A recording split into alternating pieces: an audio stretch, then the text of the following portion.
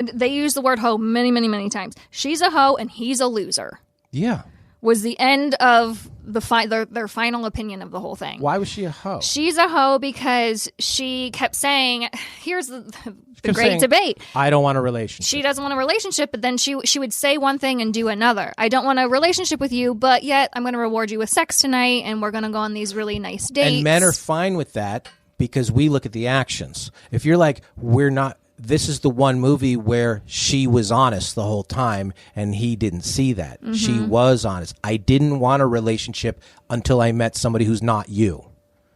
And later on in the movie, he does go back after they break up and he starts thinking, and then he sees all of these warning signs, which again, are relatable when you break up with a guy. Correct. If you could have the montage, and they do a side-by-side montage of reality versus fantasy, which is genius.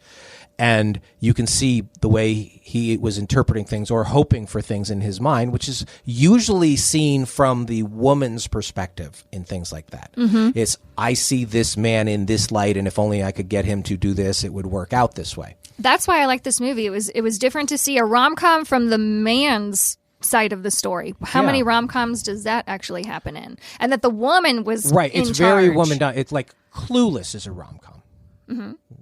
It's also a teen comedy and it's coming of age, but it is a romantic comedy. It's that movie. It's based on friendships, and then there's a little bit of love on the side. Right. There's always some cute boy on the side that she wants. That is a dominant female perspective. This was the rare movie, and again, if you haven't seen 500 Days of Summer, watch. It's very balanced, or it leans towards a male perspective of what this should be and like. It has a little bit of a musical in there, which I'm learning about you. You like musicals, and I love that. Well, there's a musical... there's 2 musical scenes in there. Mm-hmm. I have no problem if people want to break into song and dance. I think that's good.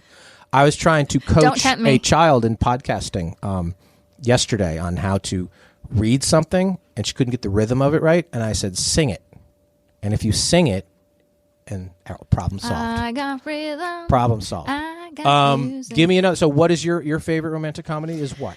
Ooh, good one. My favorite, I love 13 Going on 30.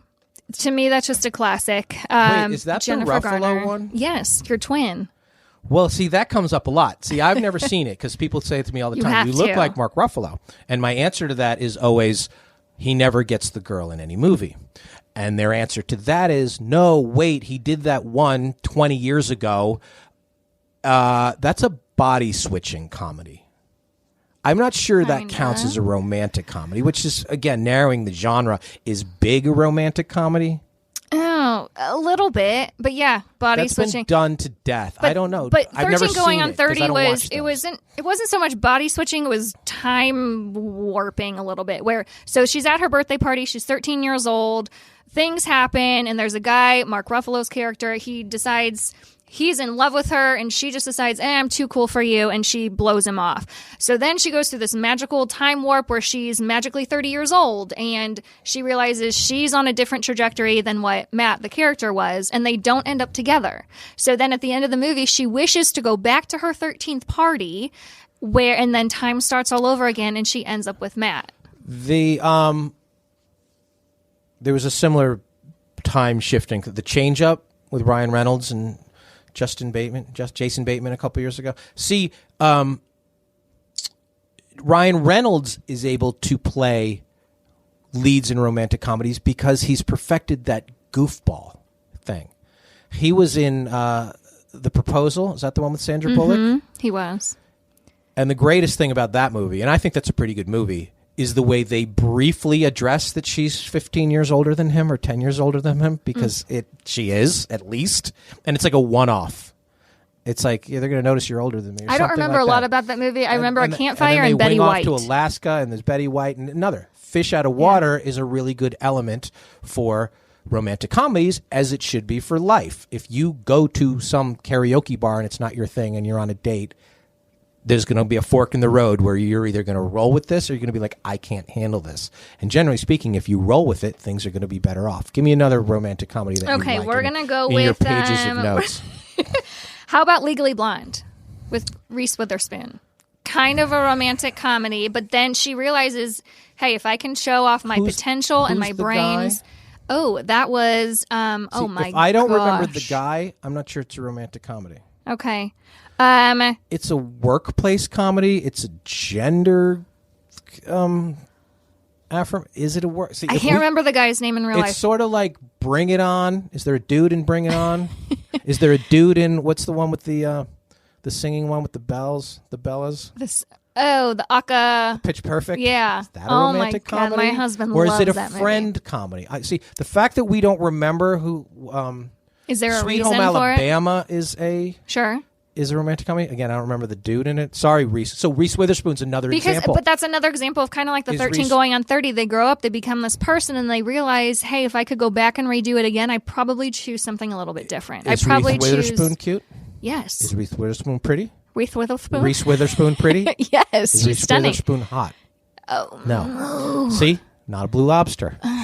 It's hard to get all three. Okay, you're debunking everything for me. I'm not debunking. I'm saying that's the way you got to look at it. People are like, oh, my boyfriend likes Reese Witherspoon. He might even marry Reese Witherspoon. He's not thinking about having sex with the Reese Witherspoon.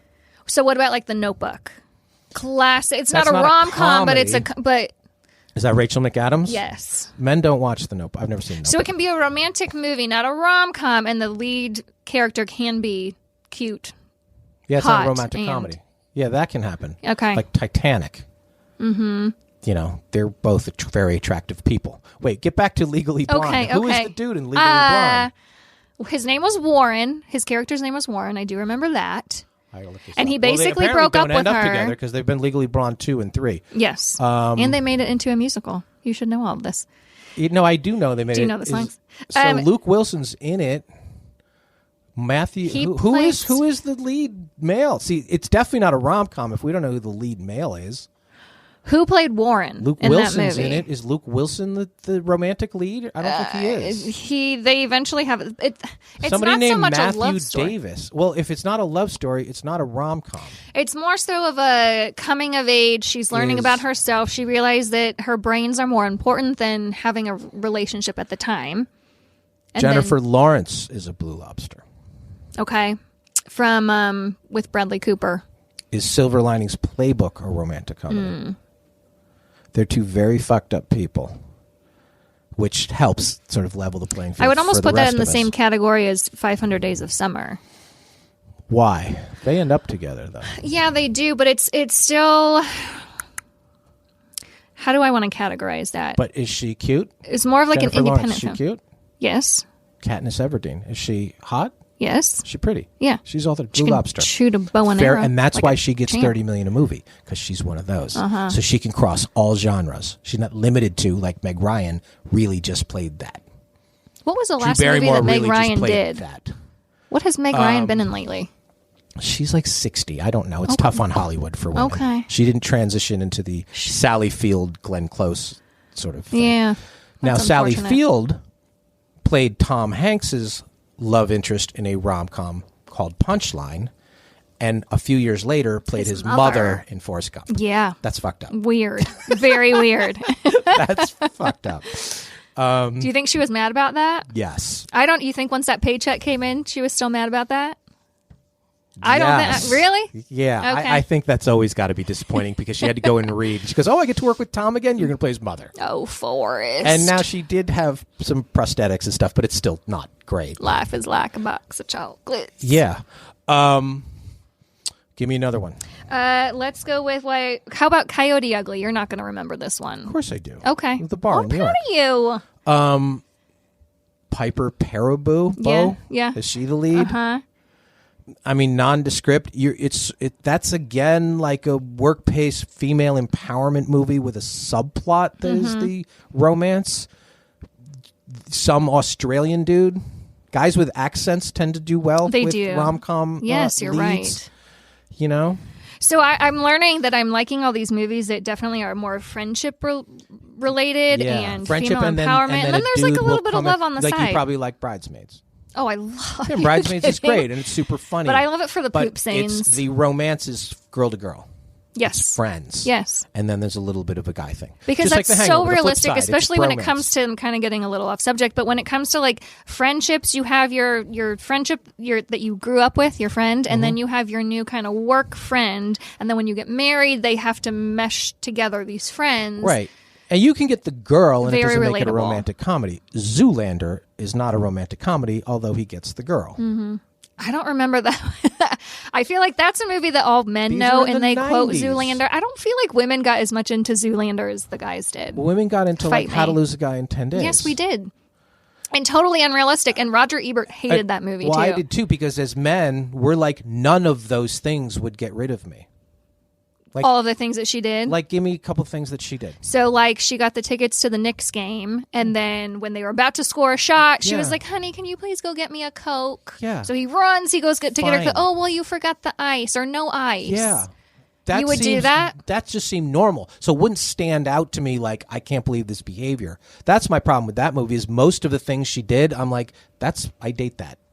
I put up with that for years. You date very needy. Yeah, well, so I was like, yeah, I think even at that time, I'm like, so what? See, as a on woman, the I last can't podcast- imagine. If I as a woman got these tickets and I knew that you really love the Knicks, in the middle of this game, I would never ask you to go get me a drink. I would pardon myself and I'd go get my own ass a drink. I would never. have been in that situation at a football game, one of the most exciting football games ever.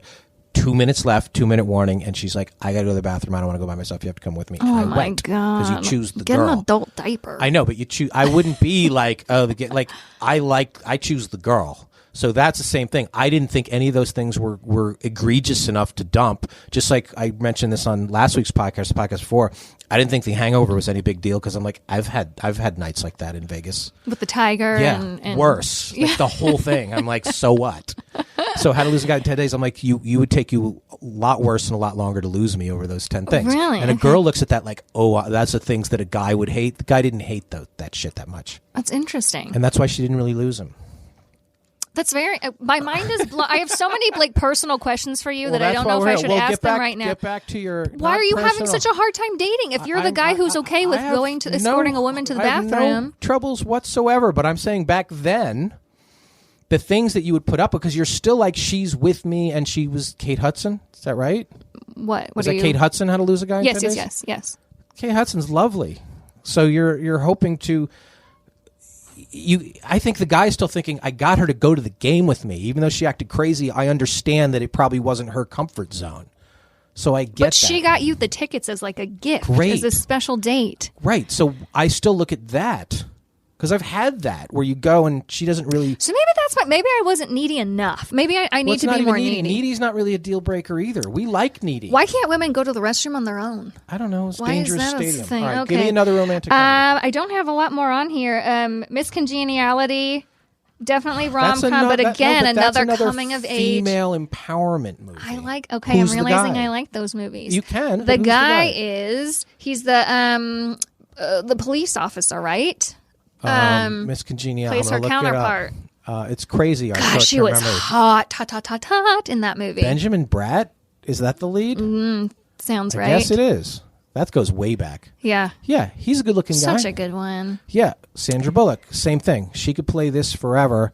She looks like your friend who your husband would not want to leave you for. But when she comes out, when she gets all ready to compete in this pageant, she is smoking. She's fine. That's but again, why I like her. At that time, her peak, if you went into any fraternity house in the country, you weren't seeing a poster of Sandra Bullock on some guy's Maybe wall. you were just in the wrong fraternities. You can ask anybody you want. And she's, again, you would marry Sandra Bullock if you were a dude. You weren't fantasizing about Sandra Bullock. And ideally, you would fantasize about your wife. I get that. But the romantic comedies are not built on that. The romantic comedies are built around you guys going on a date and him and you feeling the feelings that are on the screen without either of you wanting, which I'm always surprised that the girls want to go to this and bring the guy because the guy on the screen at the end comes around and this guy sitting next to you has yet to do it. Mm-hmm. Like Richard Gere was a repressed, emotionally unavailable,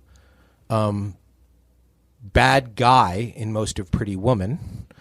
And that was the leveling. Like, she was a good person, but she had a job that wasn't seen as respectable. And the way they leveled it, these two could be together, was he's an asshole? Like, that never quite made sense to me. Dare I say, I don't know that I loved Richard Gere in that role. Ugh, fight me. Richard Gere is... Even then, watching it, he seemed old to me. And she was just so young and had so much energy. That one Do you didn't agree really he's a make good-looking sense. man? What? Do you agree he's a good-looking Well, man? yes. But in that role, I didn't love it. I don't know who else I would have recast.